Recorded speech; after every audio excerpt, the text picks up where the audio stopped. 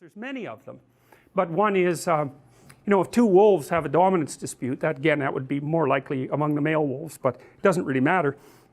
They basically display their size and they growl ferociously and puff up their hair so they look bigger. And you can see cats do that when they go into fight or flight, right? Not only do they puff up, including their tail, but they stand sideways, and the reason they do that is because they look bigger, right? Because they're trying to put out the most intimidating possible front. So anyways, if two wolves are going at it, what they're really trying to do is to size each other up, and they're trying to scare each other into backing off, fundamentally. Because, see, the worst case scenario is like you're wolf number 1 and I'm wolf number 2, and we tear each other to shreds, but I win, but I'm so damaged after that that wolf number 3 comes in and takes me out. So like there's a big cost to be paid even for victory in a dominance dispute if it degenerates into violence. And animals and human beings, but animals in particular, have evolved very, very specific mechanisms to escalate dominance disputes towards violence step by step, so that the victor doesn't risk incapacitating himself by winning. So what happens with the wolves is that they growl at each other in posture and display, and maybe they even snap at each other, but the probability that they're going to get into a full-fledged fight is pretty low. And what happens is one of the wolves backs off and flips over and shows his neck, and that basically means, all right, tear it out, and the other wolf says, of course he doesn't, well, you're kind of an idiot and you're not that strong, but we might need you to take down a moose in the future, and so despite your patheticness, I won't tear out your throat. And then they've established their dominance position, and then from then on, at least for some substantial period of time, the subordinate wolf gives way to the dominant wolf. But at least the subordinate wolf is alive, and he might be dominant over other wolves. And so everyone in the whole hierarchy has sorted that out either through mock combat or through combat itself. And the low ranking members aren't in the best possible position, but at least they're not getting their heads torn off every second of their existence. And so there's even some utility in the stability of the dominance hierarchy for the low ranking members, because at least they're not getting pounded, they're getting threatened, which is way better. I mean, it's not good, but it's way better than actual combat. And then there's the example of rats, which I love. This is Jaak Panksepp's work, and he wrote a book called Affective Neuroscience, which I would highly, highly recommend. I have a list of recommended readings on my website. It's a brilliant book, and he's a brilliant psychologist, really. One of the top psychologists as far as I'm concerned, both theoretically and experimentally, a real genius. He's the guy who discovered that rats laugh when you tickle them. They laugh ultrasonically, so you can't actually hear them, but if you record it and slow it down, then you can hear them giggling away when you tickle them with an eraser, which is sort of like their mother's tongue. It's often what lab people use as a substitute for the licking of the little rat by the mother. And he discovered the play circuit in mammals, which is like a major deal, right? He should get a Nobel Prize for that. That's a big deal, to discover an entire motivational circuit whose existence no one had really predicted, apart from the fact that obviously mammals play. And even lizards, maybe. Some of the more social lizards seem to play, So anyhow, what Panksepp observed, and I think this is a brilliant piece of science, is that, first of all, juvenile male rats in particular like to rough and tumble play. They like to wrestle. And they actually pin each other just like little kids do, or like adult wrestlers do. They pin their shoulders down, and that basically means you win. And so, okay, so that's pretty cool. But what's even cooler, I think, well, there's three things. One is the rats will work for an opportunity to get into an arena where they know that play might occur. And so that's one of the scientific ways of testing an animal's motivation, right? So imagine you have a starving rat and it knows that it's got food down the end of a corridor. You can put a little spring on its tail and measure how hard it pulls, and that gives you an indication of its motivational force. Now imagine the starving rat that's trying to get to some food, and you have a little spring on his tail, and you waft in some cat odor. So now that rat is starving and wants to get out of there. He's going to try to pull even farther towards the food. So getting away plus getting forward are separate motivational systems, and if you can add them together, it's real potent.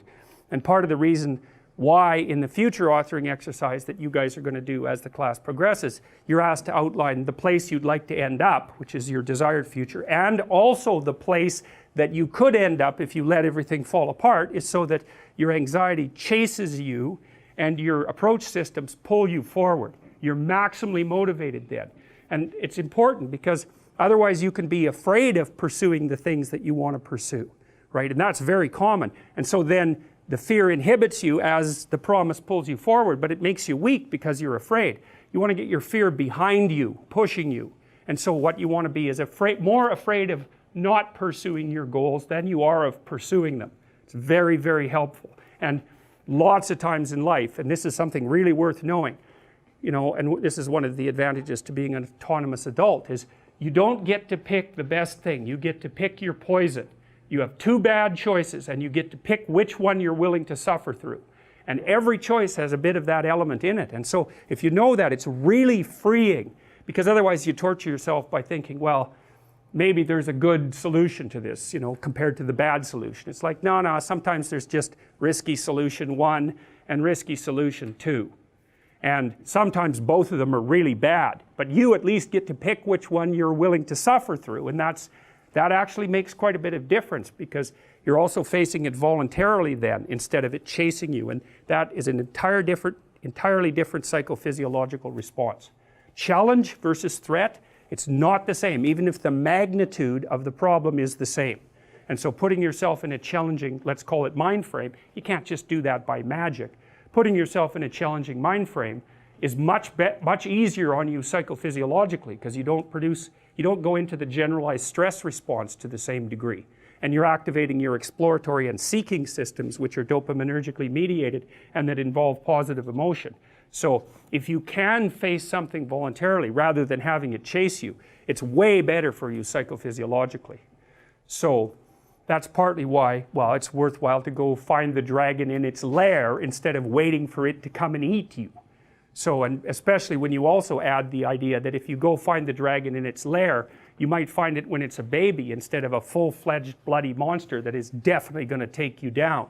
And so that's part of the reason why, well, there's a whole bunch of things that emerge out of that observation, like don't avoid small problems that you know are there.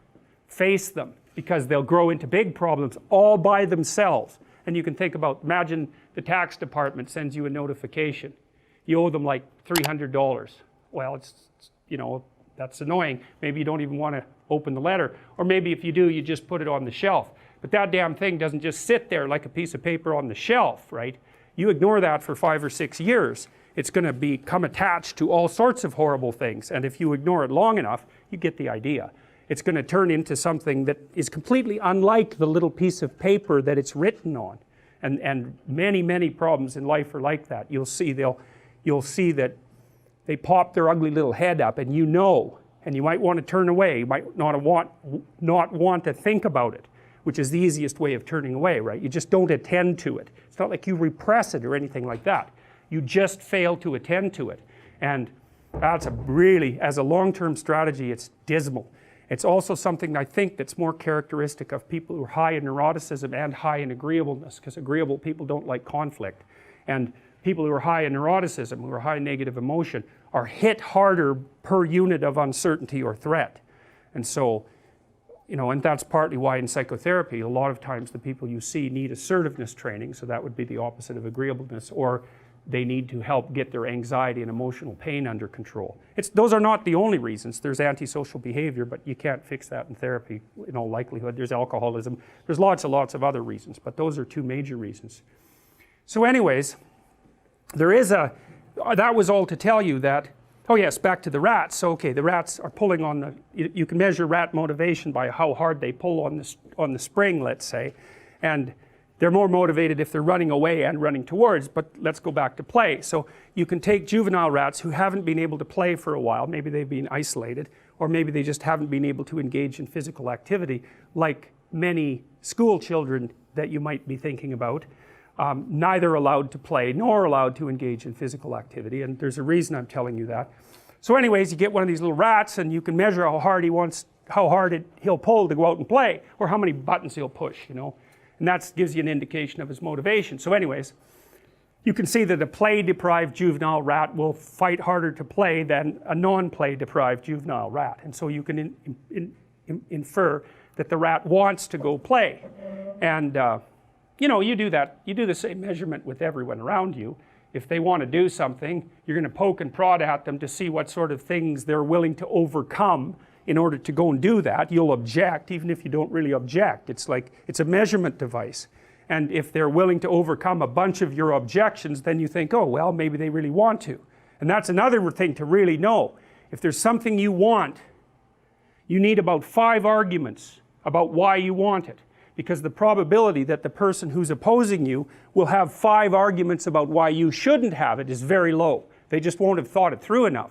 So the other thing that happens in the future authoring exercise is that you're asked to articulate the reasons for all the goals that come out of your vision of the future. So you're asked, like, why would it be good for you? Why would it be good for your family? Why would it be good for broader society? So that gives you 3 levels of argumentation right there. And if you have it articulated down into detail and it's related to other important goals, then you're a hell of a thing to argue with, because people just aren't that deep, by which I mean they just don't have that many levels of explanation or objection. And it's also really useful in relationship to your own mind, because if you want to do something that's difficult and that requires energy, a lot of different subsystems in your mind are going to throw up objections. It's like, well, maybe that isn't what you should be doing right now. Maybe you should be doing the dishes or vacuuming or watching TV or looking at YouTube. Or if you're really sneaky, when you're trying to do something hard, what your brain does is give you something else hard to do that's not quite as hard, so that you can feel justified in not doing the thing you're supposed to because you're doing something else useful. And if you give in to that temptation, which you often will, then it wins, and because it wins, it gets a little dopamine kick and it grows stronger. Anything you let win, the internal argument, grows. And anything you let be defeated shrinks, because it's punished. It doesn't get to have its way. So that's another thing really to remember, is don't practice what you do not want to become.